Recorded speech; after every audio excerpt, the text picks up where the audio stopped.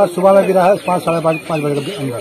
सुबह में? जी सुबह में। कोई हताहत भी हुआ है वो घटना? नहीं, कोई हताहत नहीं हुआ है। भगवान का खुशी में है कि कोई बचा मरा नहीं है इसमें। अच्छा, कैसे पुल गिर गया? कितना दिन पहले का पुल है ये करीब 40-45 साल का पुल है। अच्छा। जिस टाइम बना था हम लोग आपस में चंदा करके, उस टाइम चंदा करके कुछ गाछ उछ था से उसको बेच करके बुनियाद दिया गया। जो ढलाई करने में ये रमाशंकर जी नेता है, वो ढलाई करवाए थे।